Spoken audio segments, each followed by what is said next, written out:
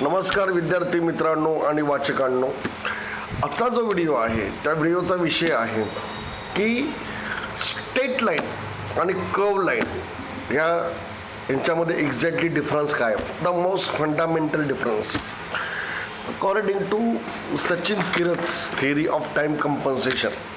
Straight line जी असते ना, ही सन आणि मून यांना जोडणारी स्ट्रेट लाईन असते.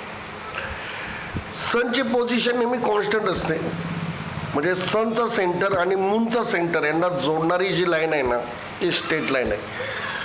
सनचा सेंटर हा कॉन्स्टंट असतो नॉर्मली, म्हणजे कॉन्स्टंटच बोलायला पाहिजे. आणि चंद्राचा जो सेंटर आहे ना तो नेहमी मुव्हेबल असतो. मग चंद्राचा सेंटर जेव्हा मूव्ह होतो किंवा न्यूटन्स किंवा लायब्निजचा जो फॉर्म्युला आहे लिमिट एच टेन टू 0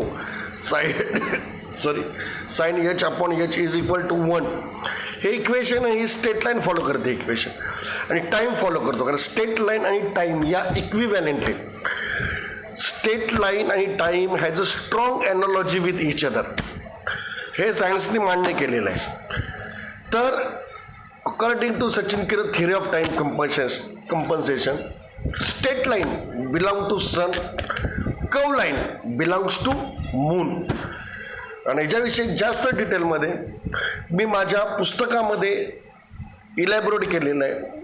त्या पुस्तकाचं नाव आहे Newton's laws of motion must be modified, Sachin Kirat's theory of time compensation, sun integrates and moon differentiate.